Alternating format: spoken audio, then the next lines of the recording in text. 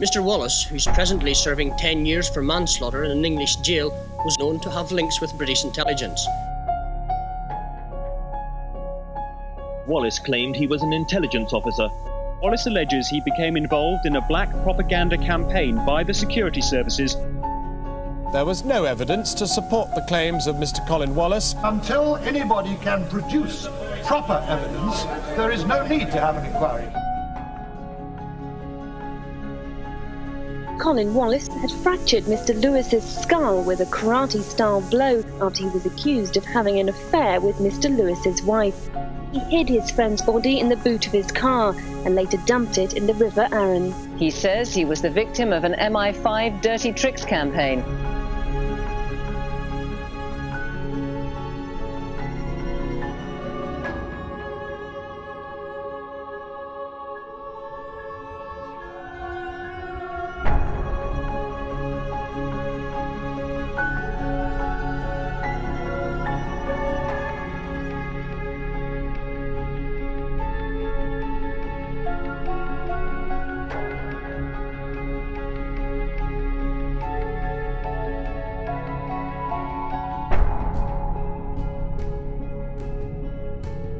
The IRD, as a Foreign Office department, had to justify their position in Northern Ireland. And they justified it by emphasising the international links of the IRA by saying this is to do with Ireland, this is to do with the communists. And oddly, this is to do with the Vatican City as well, playing up the Catholic angle.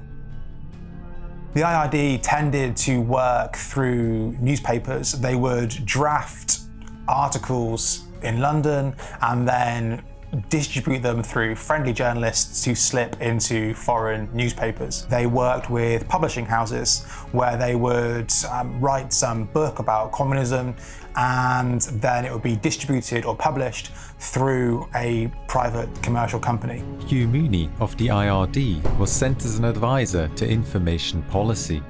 Northern Ireland was the most surveyed country in the world. Every citizen probably had a file. Every household was under surveillance, down to minute things like extra pint of milk. Just bought a new TV, where's the money come from that? Colin Wallace, a 27-year-old Army press officer, was asked to assist the Psychological Warfare Unit. Because I grew up in Northern Ireland, because I knew a lot of the background, I was then asked to explain some of the significance in terms of emblems, in terms of labels, and so on and so forth. I was really bringing into the PSYOPs team the Irish dimension, as it were, in terms of history, emotion, symbols, sounds. Maurice Tugwell, the head of the Army Psychological Warfare School, and a veteran of Britain's colonial counterinsurgency campaigns, commanded the PSYOPs unit. Maurice Tugwell believed that all information agencies in Northern Ireland should speak with one voice. Any organisation critical of British policy was an IRA front. Information policy, PSYOPs, was a highly sensitive activity, and it really needed some form of cover that gave its officers access to the public and the press. Information policy was in the same building, on the same corridor as the press office.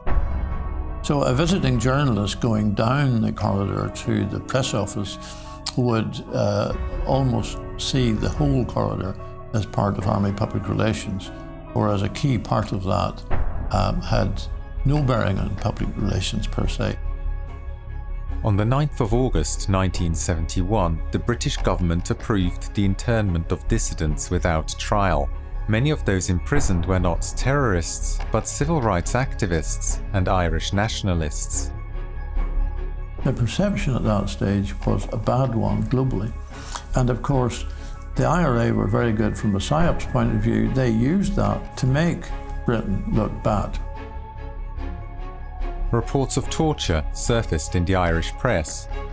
Where there were allegations of brutality, the Information Policy Unit planted with selected journalists the fact that the techniques used by the security forces in questioning detainees were actually less demanding than the techniques we used on our own soldiers when we were teaching them how to avoid or deal with interrogation if they were captured by the enemy.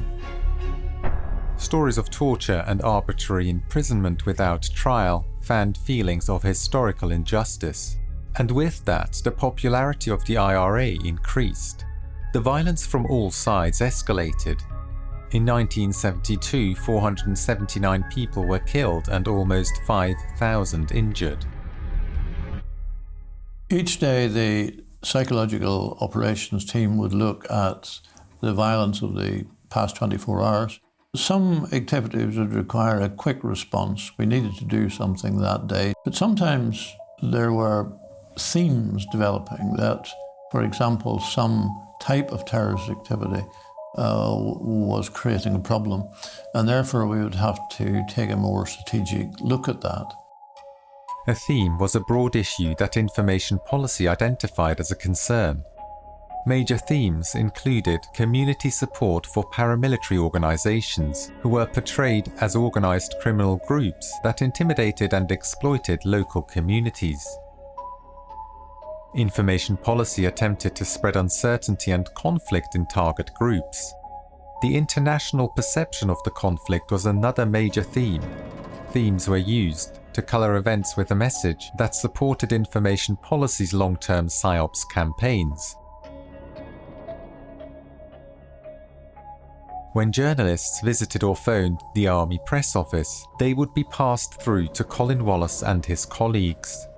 We then, from a PSYOPs point of view, either had an agreed position which we would take on this, feeding in the various themes that we wanted to put across, or in certain cases we had a number of journalists who were much more pro the role of the armed forces in Northern Ireland, and we would then call them direct and explain the background that we wanted to put across.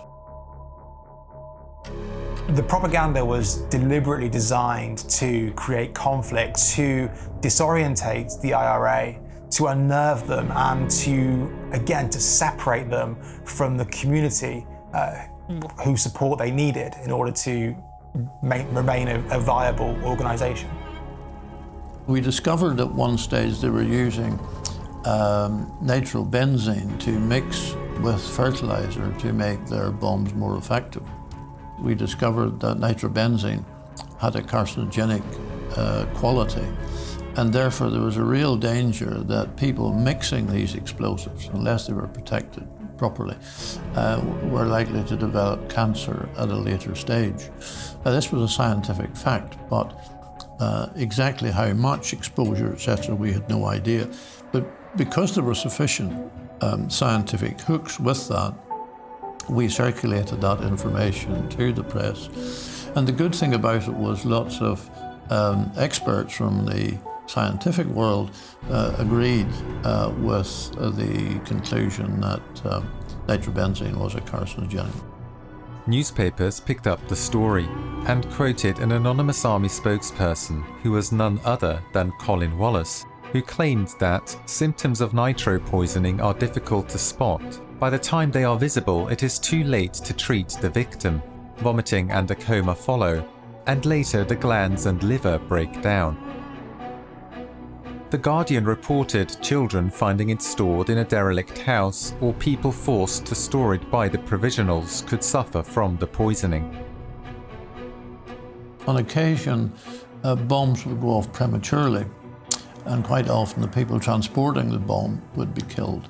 And where we got a bomb going off prematurely, although we knew the reason from the subsequent examination of the device, why it had gone off prematurely, we would quite often try to shift the reason for that onto something else.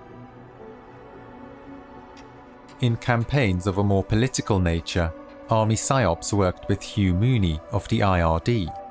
One of the themes the IRD used in its propaganda was trying to link the IRA to the Soviet Union and the broader communist threat. And so one of their plans involved telling journalists or leaking a story that Soviet submarines were dropping subversives who had been trained by the KGB off the coast of Ireland. IRD acquired at one stage some photographs that the Royal Air Force had taken of a Soviet submarine off the coast of Scotland. A dossier was then built up by IRD, creating a credible story that this submarine, which then had moved off the coast of Donegal rather than Scotland, from the story point of view, that this was clear evidence that the Soviets were directly involved in the violence in Northern Ireland. So IRD set up a meeting with the News of the World in London. We took across photographs, various other documents and material to substantiate the story. This was given to the News of the World, who ran as a front page lead. It was a huge story, and it got wide circulation again around the world. Hugh Mooney identified himself to the journalist as a member of the Foreign Office. The Foreign Office was a cover for the activities of IRD, and therefore he was listed as a senior member of the Foreign Office, and that's how they knew that he was a genuine official. We would try to manipulate the terrorist organisation simply by information, just to delay and get them to lose faith in what they were doing. But at the other end of the scale, there may be a technical intervention where, again, one would try to get, for example, a weapon to misfire or to explode or something of that nature. On one occasion, the IRA was struggling with using heavier weapons such as bazookas, and it turned out that they were using them with the safety cap still on. The IRD decided to conceal this explanation and instead issue a dummy army order suggesting that the shells be tested electronically. The IRD hoped that this would result in explosions going off in the hands of IRA members. In Northern Ireland, a clandestine unit, the Military Reaction Force, dressed up as civilians and injured and killed numerous Catholics in drive-by shootings. Information policy would point out to journalists that the weapons used were those that the paramilitary groups carried. As a result, the press attributed the attacks to the paramilitary groups. In one incident, the police discovered that an undercover army unit had injured a group of people at a bus stop in a drive-by shooting on the Glen Road in Belfast. The police wanted to press charges. PSYOPs dissuaded the police by threatening to reveal that the ammunition used had been given to the army by the police. Information policy established close relationships with journalists and their publications. The whole thing is about knowing the target audience, but also knowing the journalists as well. Sometimes, the relationship was very good, and it was almost at a humorous level. And journalists might ring me up and say, "Look, I'm quoting you as saying this," and I would say, "But I didn't say that." And they say, "I know, but we knew you would say that." And it was at that level, unless that quote was really way off mark, I would be quite happy with that. 99% of the work I was doing was unattributable. And then you also have off-the-record information which, a journalist would know but couldn't actually report on. So literally that would just be built into their story without any reference to where it came from. Professional journalists are very good because they realised that if they didn't actually stick by what is a journalistic agreement after all, then probably we would not cooperate with them in the same way in the future. How important is it for PSYOPs to be believable? The press have quite often said that PSYOPs was largely about propaganda and using disinformation. But in the vast majority of cases, we were working on real intelligence. See, real intelligence is much more powerful because when the terrorists check out their own sources, it has to be credible. They have to be able to stand it up. If they can show it's false, then of course it's a waste of time and it really doesn't go anywhere. So most of the material that we used, most effective stuff, was genuine intelligence and had to be credible, not just from a journalist point of view, but it had to also be credible from a terrorist point of view.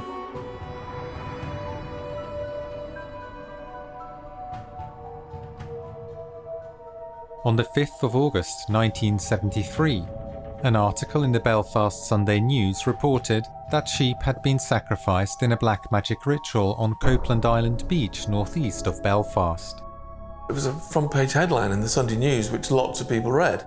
The story was that sheep had been ritually killed and mutilated. That was the story. And that it was Satanists who had done this.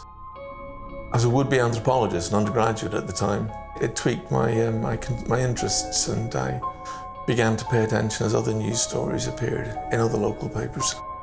The more I looked, the more I found, and I began to be really surprised at the degree to which this had been a local newspaper story in Northern Ireland. From August 1973, stories of witchcraft and black magic began to surface in many local newspapers. The first thing that I had to do was try and understand what witchcraft would look like, and we had no idea. So I bought a book on the subject. Then the whole idea of the sacrifice of animals, or whatever it might have been, we got blood from the cookhouse, from the army cookhouse, and we would scatter that over the makeshift altars that were there. Some of that material then we left, and it would be discovered by local people, and then eventually they would talk about it at the press. And gradually the story built up and built up over a period of months. This was a way of really getting the interest of the press, getting rumours going around, and therefore doing the things that we really wanted to happen. The ritual sites were often located in old graveyards and abandoned properties.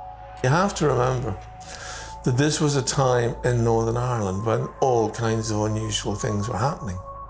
Assassinations were a very regular thing, and some of them were particularly bloody and brutal. Torture, mutilation, using knives and blades and things like that. People were talking about ritual murders and all kinds of things. So all of a sudden, all of the moral certainties no longer seem to be quite just as certain. Information policy sent fake readers' letters to the local press to help fan the rumours.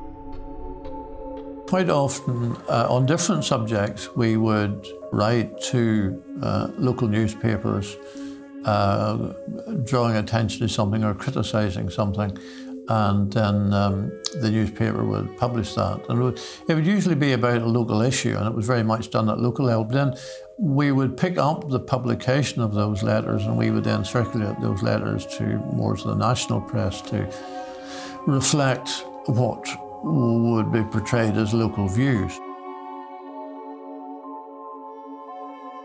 Don't forget that we're not just influencing the press. The press is only one way of influencing the public. We had to be able to influence all sorts of other people who were, communicating with the public.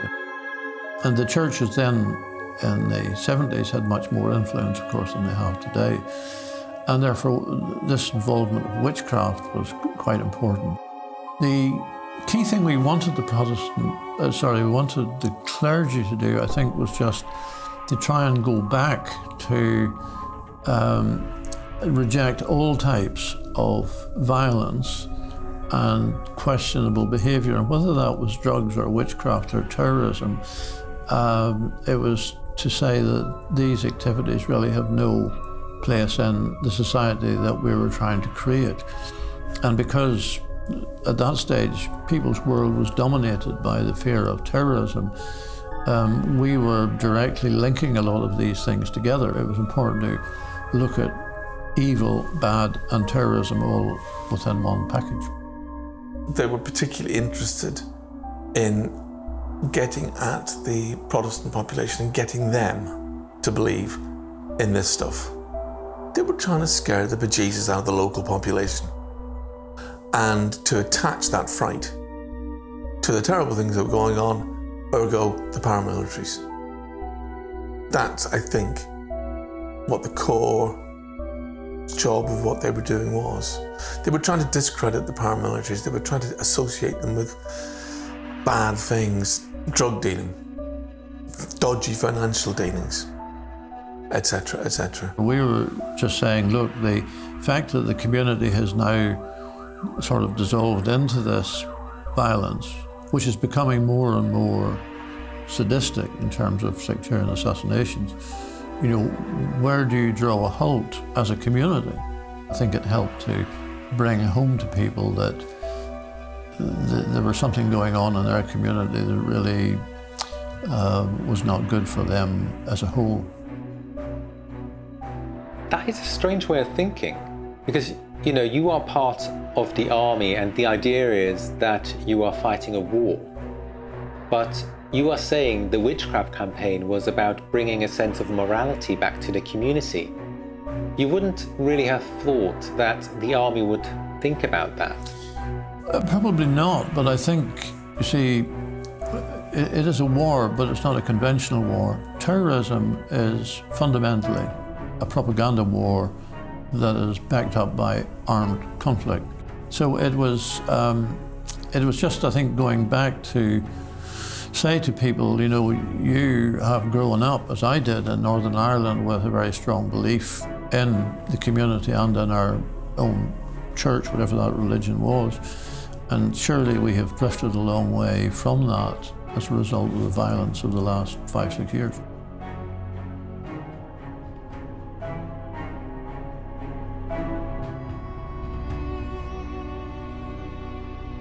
On the 8th of September 1973, the burnt and mutilated body of 10-year-old Brian McDermott was discovered by the River Lagan in Belfast. People began to speculate, was this a black magic killing?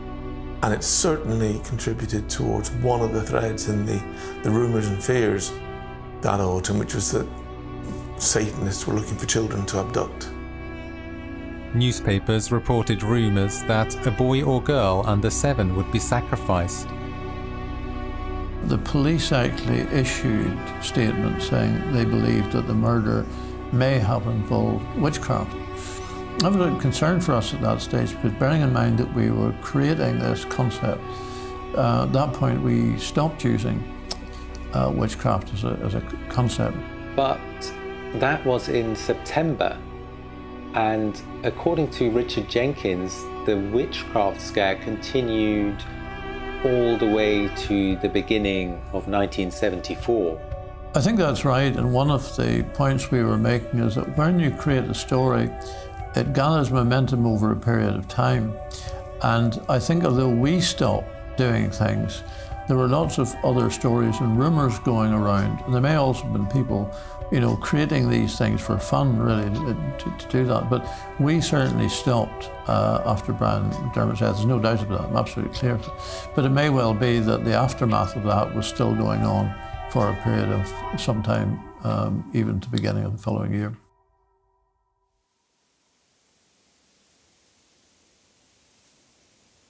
From early September to December 1973, there were more than 70 articles referring to black magic and witchcraft.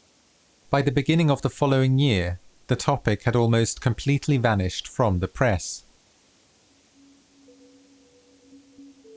When the British Prime Minister Harold Wilson visited Northern Ireland, he was briefed by Colin Wallace. Would the Prime Minister have been aware that you were in fact in military intelligence? Oh, I don't believe they would have been. I'm sure he saw me simply as an army press officer. Did you yourself have a brief for when you interacted with him? Yes, what happened was that there were certain key things that we felt the Prime Minister should know. So the idea is that you don't want him to be wrong-footed by not being able to answer the basic questions about security in Northern Ireland. Influencing the press, the clergy, and key decision-makers was one aspect of psychological warfare. Another was influencing persons of interest directly. Quite often we were trying to influence people where we had no direct access to them. And so when you're trying to move somebody or change somebody's thinking, sometimes you had to target them through one or more sort of relays of other people. So it's never straight communication. A lot of information we were disseminating wasn't through the media, it was also through people. And therefore they had to be cut out so that the person handling it quite often didn't realise who the originator was, and that made it all the more credible when that person who was known to the target was passing this information on to them. Information policy created profiles of persons of interest and people in their social networks.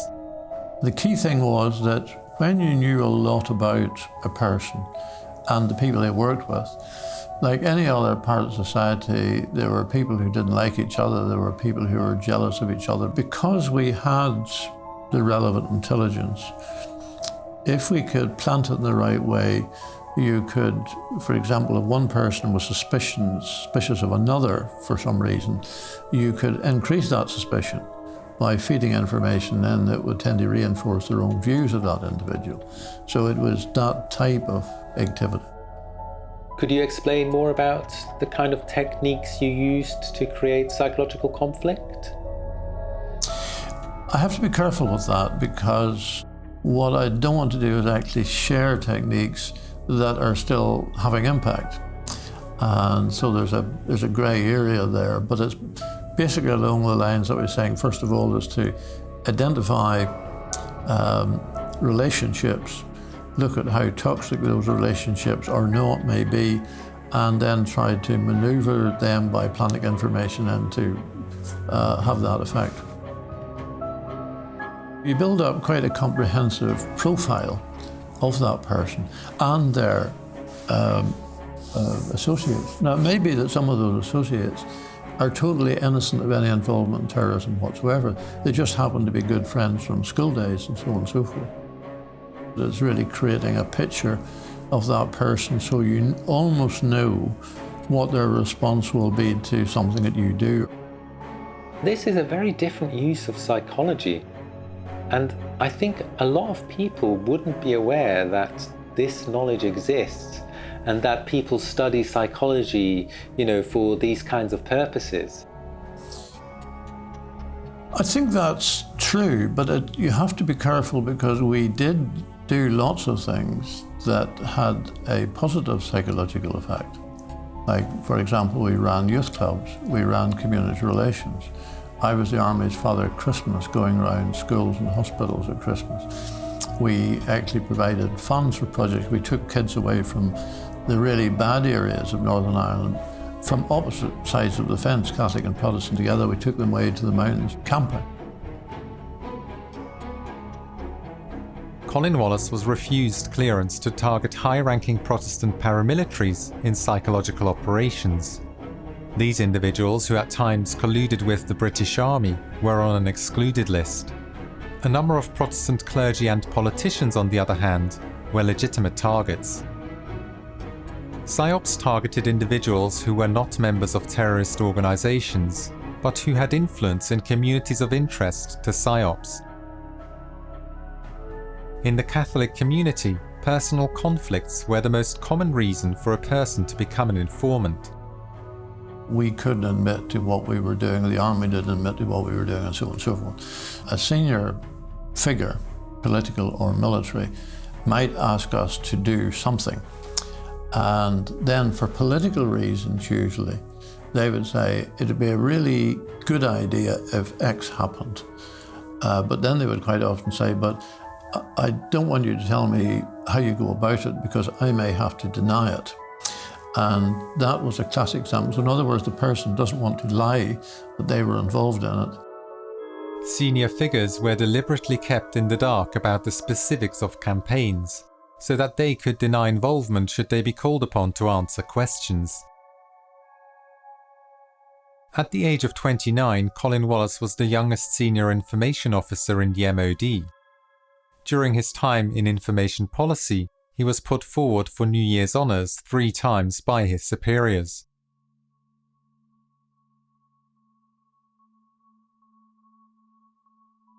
In 1973, the IRD was withdrawn from Northern Ireland. The IRD focused on framing conflicts both at home and abroad as part of a clash of ideologies between communism and the West.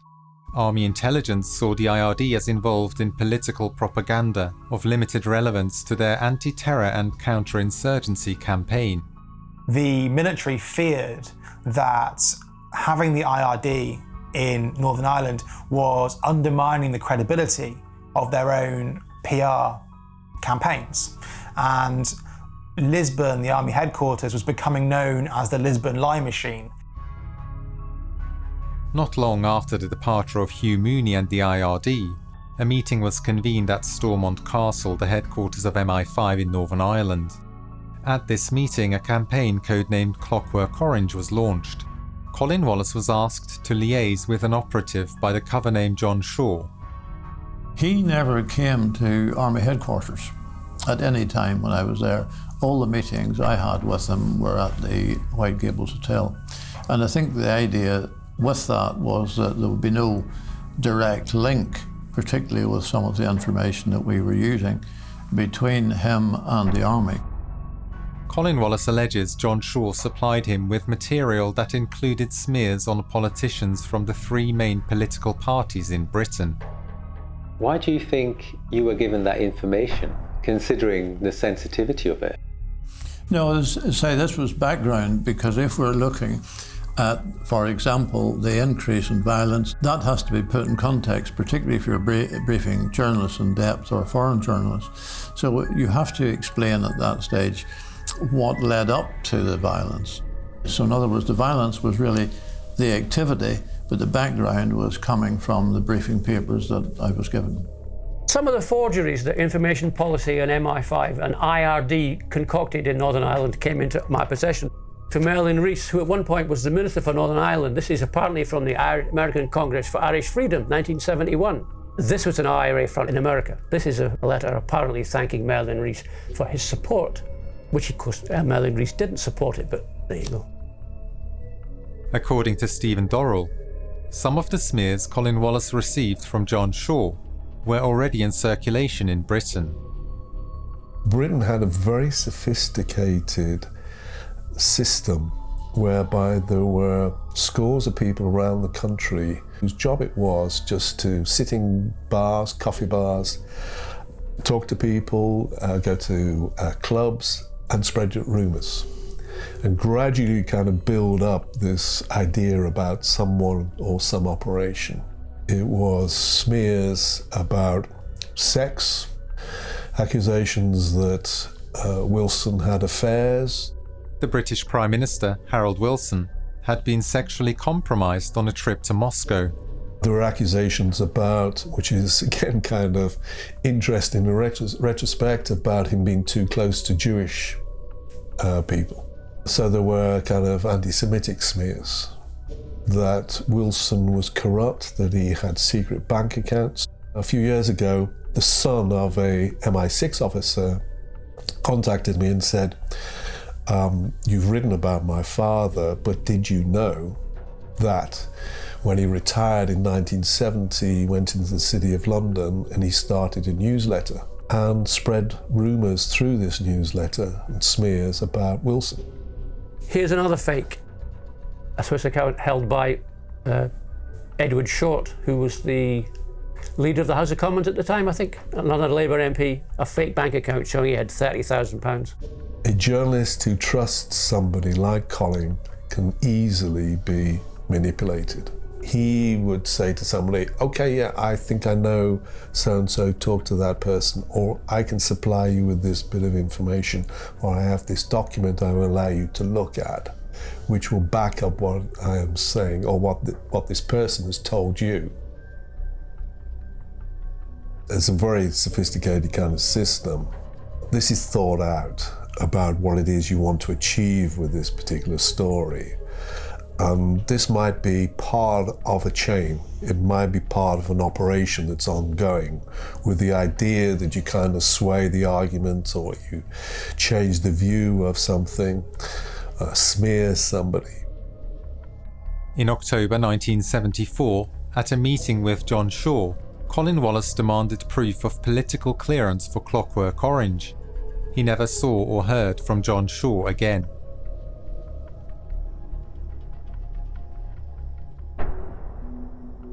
Colin Wallace turned his attention to undermining the Republican support network in the US and Ireland.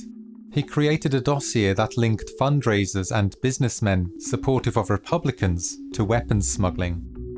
Colin Wallace traced the serial numbers of weapons captured in Belfast to arms dealers in the US. He identified a leading fundraiser and major benefactors. The story was intended as an exclusive for a major publication. The Irish Joint Section of MI5 and MI6 reported in a telegram that the managing editor of the Daily Telegraph was prepared to give the article wide coverage. Colin Wallace was asked to supply additional photographs. Information Policy ran a photography department that gathered images for intelligence purposes. These images could be used as supporting material in press briefings. The Daily Telegraph published a special investigation. Reporter Christopher Dobson wrote, "I have spent the last 2 months investigating the way in which the IRA gets its money. I have travelled to the United States and Ireland in tracking back the serial numbers of arms captured in Belfast, and I have looked into the lives of the paymasters of terror."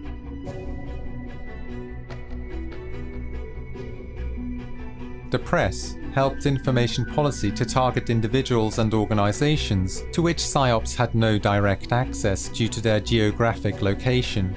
The article provided no evidence of the funding or smuggling of arms. However, the reader was left with the distinct impression that the individuals and organisation highlighted were responsible.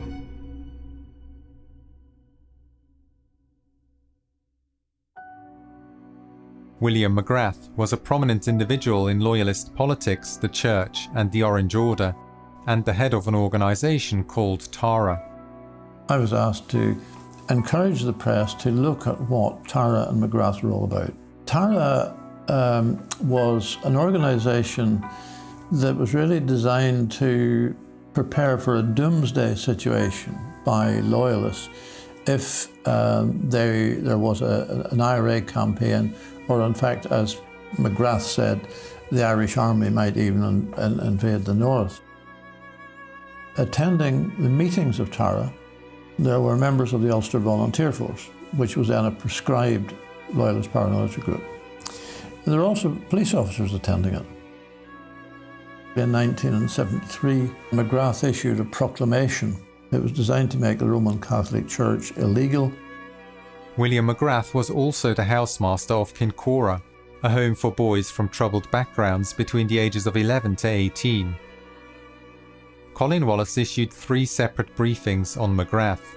The press did not follow up the story. The army was informed by Special Branch that if they moved against McGrath, it would be a great propaganda coup for the IRA and significantly damage the political structure in Northern Ireland.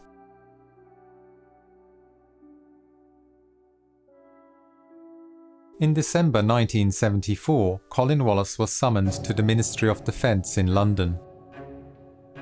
Everything, as far as I was concerned, in terms of my job, how I was regarded, my annual performance reports, all of those things were perfect. And so I was a bit surprised to be told then by the senior MOD official who saw me that because my life was in danger, I had to be moved out of the province. A farewell party was organised. A prominent cartoonist recorded Colin Wallace's departure.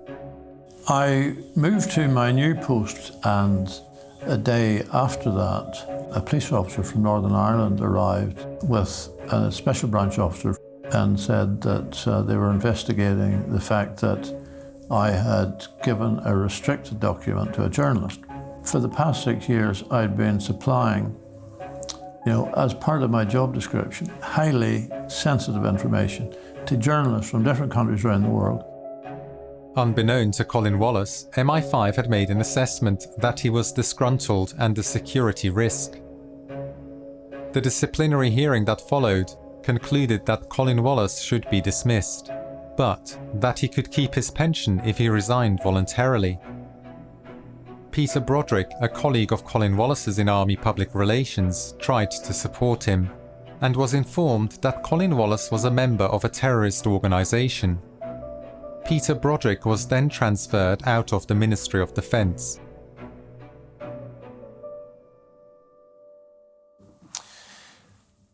When my disciplinary hearing was finished, I realised that clearly it had been rigged, and I then engaged a solicitor purely for personal protection to tell him what had happened to me. He said that he was involved in dirty tricks against politicians in Northern Ireland, and he also said that this had now started to move over onto the mainland, and that he was involved in a dirty tricks campaign against mainland politicians, and in particular he mentioned Harold Wilson.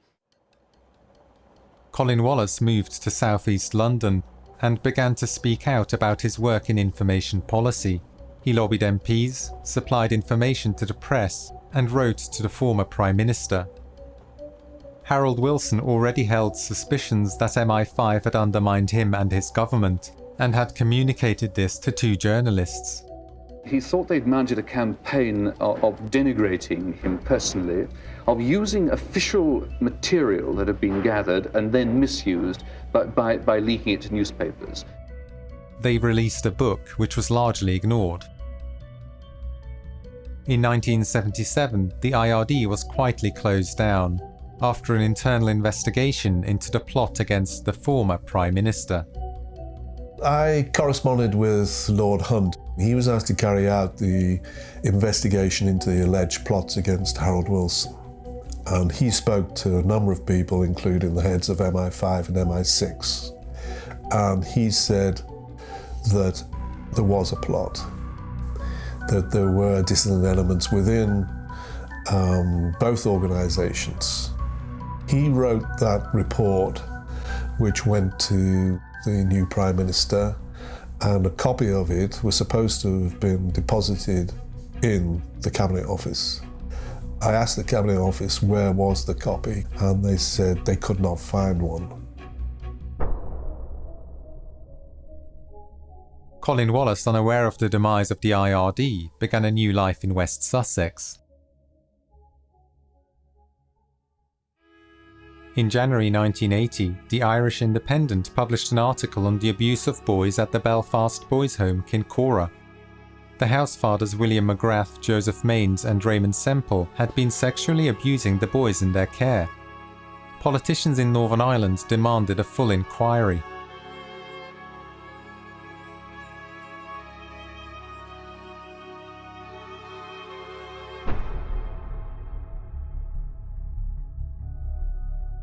The body, which was found last Friday in the river, had head injuries. And this is a matter for the pathologist who is making his examination to find out whether in fact the person died as a result of drowning or as a result of the head injuries. Colin Wallace had fractured Mr. Lewis's skull with a karate-style blow during a meeting at his house after he was accused of having an affair with Mr. Lewis's wife. He hid his friend's body in the boot of his car and later dumped it in the River Arun. Colin Wallace was charged with the murder. The prosecution alleged he was infatuated with Jane Lewis, the deceased's wife. He was found guilty of manslaughter and sentenced to 10 years on the 20th of March 1981.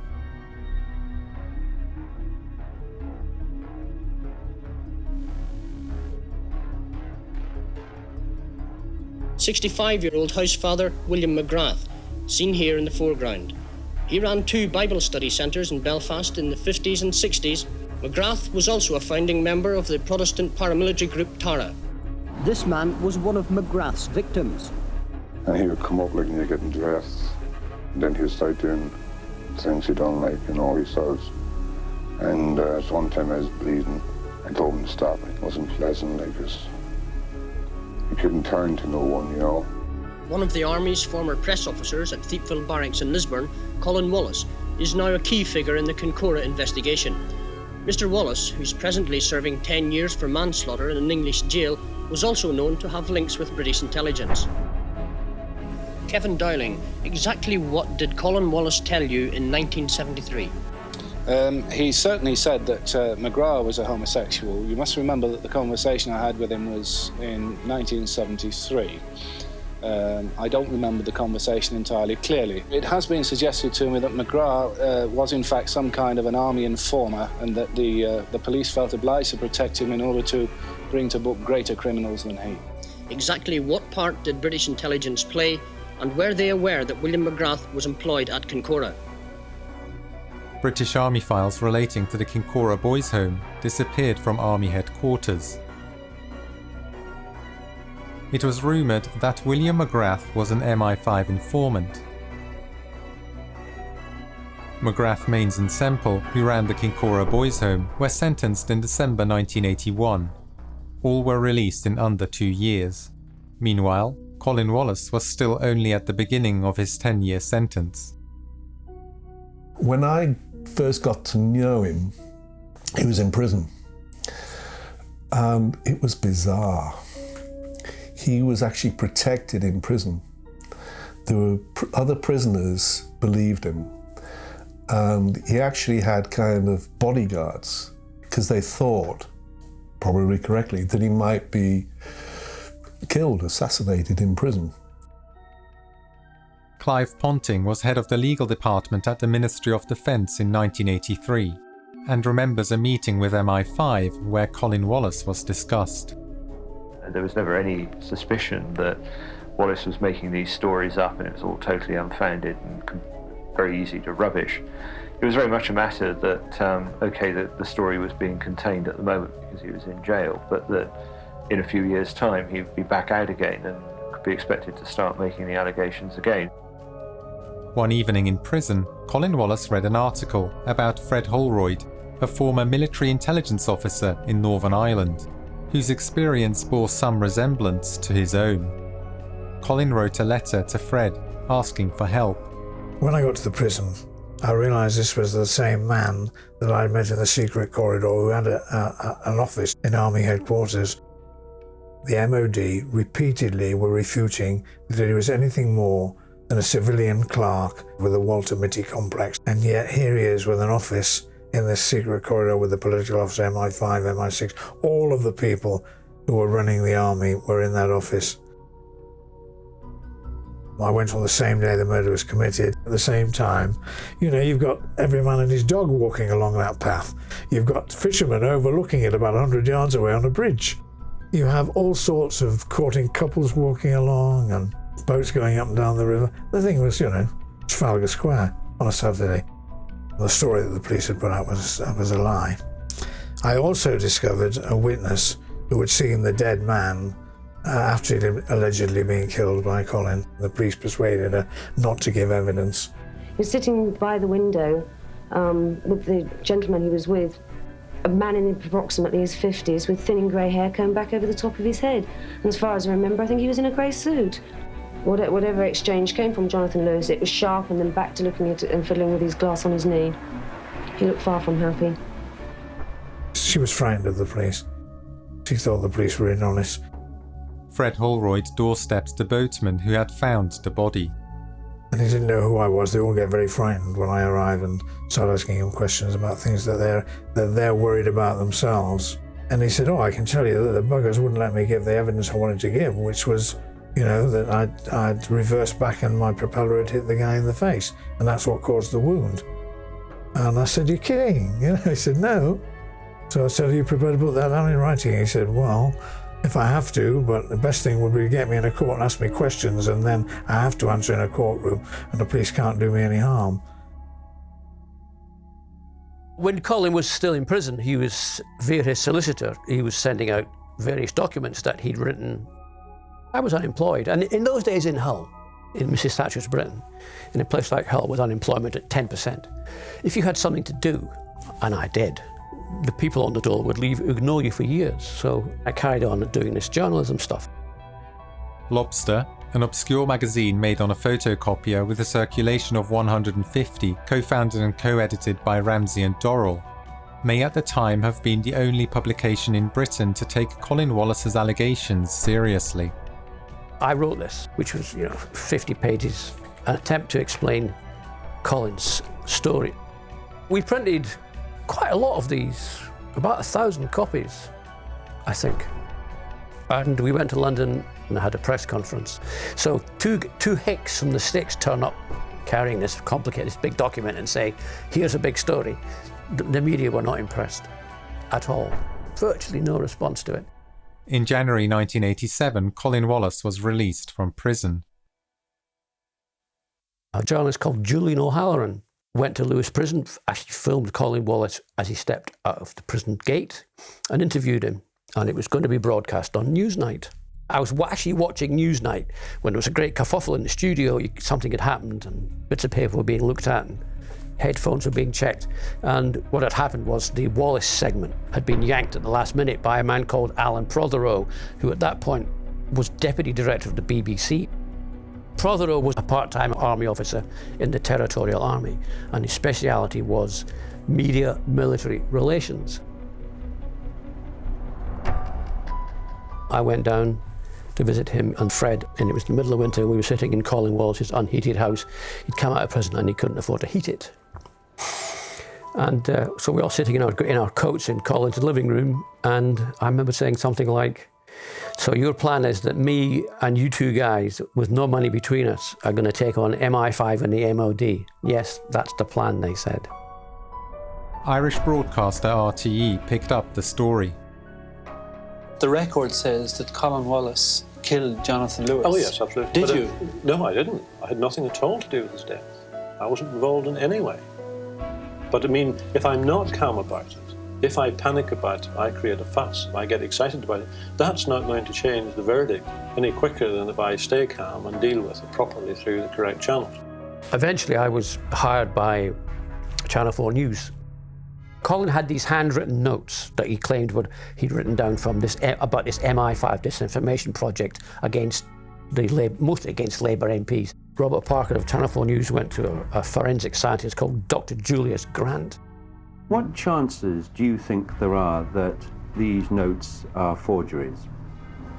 Well, from what I've already said, the chances that they're forgeries seem to be rather remote. And thus these documents were in fact written probably when Wallace said they were written. While we were working together on bits and pieces about Wallace, another journalist in ITN, who was one of their crime correspondents, began feeding information he was getting from the MOD, the Ministry of Defence, denigrating Wallace. We were also getting similar stuff from Professor Paul Wilkinson, a terrorism expert, again denigrating Wallace and saying he's a fantasist and a liar. Investigative journalist Paul Foote wrote a book about Colin Wallace. Wallace began to appear in the British media more frequently, including on popular ITV weekly debate show Central Weekend Live. If you take the case of Mr. Wallace here, as everybody else who's ever convicted of any crime, poor Mr. Wallace was framed. I don't believe he was framed. The point that he made. Any responsible journalist in Northern Ireland in the early 70s knew what Colin Wallace was up to. There was this gung-ho character who was running around at dead of night, shoving envelopes full of documents into the letterboxes of journalists. And you'd say, there's Colin's at it again. I, for one, I was probably the first person in the CIA who got into this dirty tricks business. They weren't as dirty as a lot of people Yeah, because a lot of people find it very objectionable. But it wasn't just a minute. It's to blacken someone's a hell of a lot better than killing him. In World War II, we killed people. And then now, when we got into business, well, we were simply playing dirty tricks to prevent having World War III. You're the man that sparked all this off. I did not join the security forces to discredit the Labour Party, the Conservative Party, the Liberal Party. And because I was deflected from my main job into doing political disinformation, I was not actually doing the job I joined to do. Good evening. A civil servant sacked after making allegations about an MI5 dirty tricks campaign has been awarded £30,000 compensation by the government.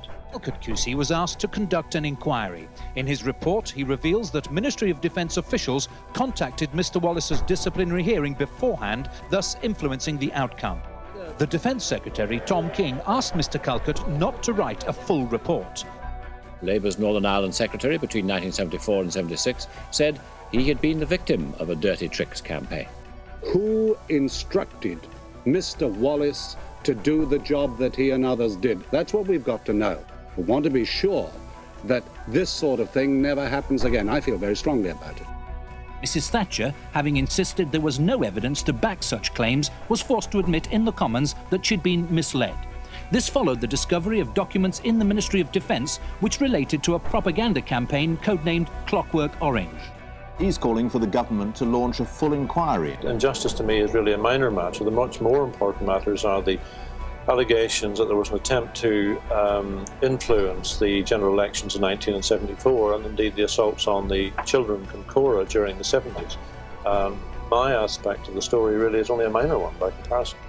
The government specifically ruled out the reopening of the investigation into the alleged cover-up of the homosexual abuse of boys at the Kincora home in Belfast. Information about homosexual behaviour at the Kincora boys' home was used to blackmail prominent figures in Northern Ireland. After I left Northern Ireland, another intelligence officer who came in called Brian Gimmel, he was told about the allegations surrounding the abuses at Kincora. He wrote a report about them. He submitted that report to a senior MI5 officer, Ian Cameron, who then told him to stop investigating. You know, on the phone we got phone calls of generals said, yes, I knew all about Kincora, I was told, and I took it to MI5 and they said it was none of my business and I left it to them, it was their business.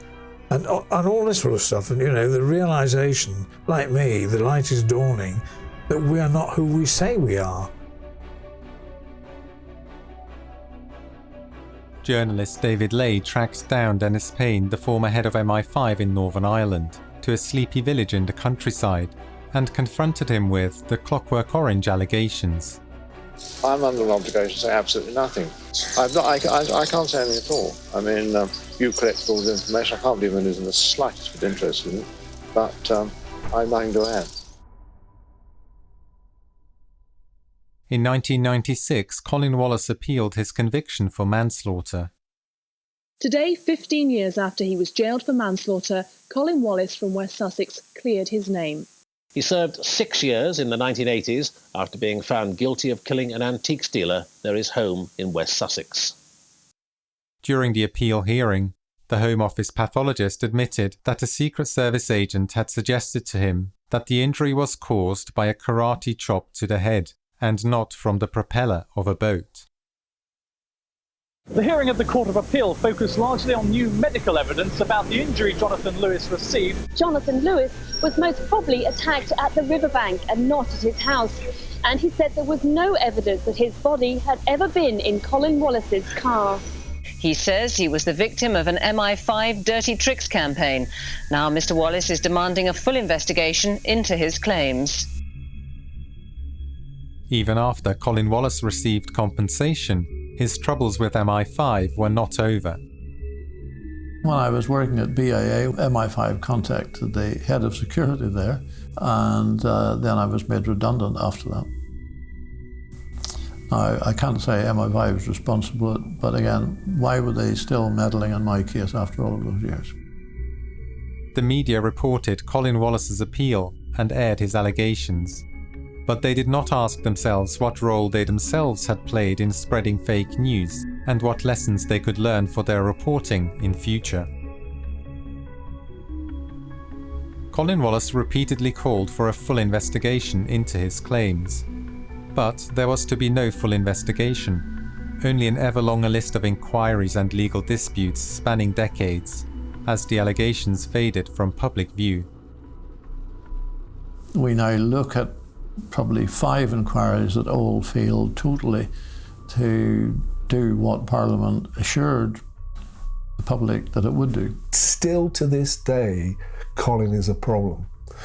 That there are major efforts to restrict what he says. Kincora is a prime example. The boys' home where it is alleged intelligence people were involved, recruiting people, used people, etc. The inquiries into that have been incredibly restricted. And Colin, on one hand, would be told, yes, come and tell us your story, tell us everything. Then when it gets nearer, you get a document from the minister that says, I'm sorry, he can talk about that area, but no way he's going to talk about that. Or MI5, he cannot talk about this area because that gets him into an official secrets area. So even to this day, 40 years on, they are still trying to shut him up. The whole system, you see, is unaccountable and it's insidious. It's easy for the MI5 to just say, no, we don't do it, because nobody can prove whether they did or they don't. Today, the role the military and intelligence services can play in manufacturing and manipulating the news is considered a conspiracy. Despite extensive press coverage of Colin Wallace's allegations, not a single person in a position of authority has been held to account. When Hugh Mooney of the IRD was asked under oath at a public inquiry about his PSYOPs work, he lied and claimed he was never involved in PSYOPs, despite overwhelming evidence to the contrary. Hugh Mooney walked away, no questions asked, and became a successful businessman. This is a very, very secretive society. It runs through everything. Secrecy is the British disease. It's not anything else, it's secrecy. If you believe in the democratic process, there has to be oversight. And at the moment, we don't have oversight. Because vetting is an important issue for politicians who are looking for ministerial appointments and service people or police officers moving into the higher level, you must have access to classified information. If MI5 don't agree to you having that clearance, if they take that clearance away from you, then your career is doomed. So you never know about it. It's an invisible threat that's hanging over people all the time. And therefore the danger is that MI5 has almost an invisible degree of influence that really is way outside what it should be. And it's therefore virtually impossible to challenge MI5 on some of the decisions they make. Politicians are careerists, most of them. They want to go up the ladder, become ministers. And if you start criticising or investigating the army or the intelligence services, this will not do your career any good whatsoever. And this is also true for journalists, not a good career path. This is sticky stuff. People are saying, well, why are you fighting with the army and the MOD? Surely you're a part of that. I'm only fighting with the MOD because I was given no choice. Because the MOD didn't even talk to me. If I hadn't fought when I did, I would probably still have a conviction, and I still wouldn't have got the admissions out of the government that we've now got. People realise that the full truth hasn't come out. And although authorities think they may have been clever and been able to dodge around the issue, the public have a totally different view. People are pretty aware of when things are not actually truthful. And they know at the moment they haven't had the full truth about what has happened in Northern Ireland. So could you share some of the areas of the Troubles that are still closed? I can't say precisely because that would put me in jeopardy. And it would put Colin in deep jeopardy. But there are certain areas of the Troubles which haven't simply not been talked about at all. You know, there are things about there's a suicide in Northern Ireland of a military intelligence officer. One of the key events, it's an official secret. A suicide is an official secret. And so far, no one has written about it. And some of the events around that are appalling, in that he ran agents who were 14 and 15-year-old Catholic schoolgirls. This is how desperate the army at some stage became to get intelligence. And you kind of say, how do you run a 14-year-old Catholic schoolgirl?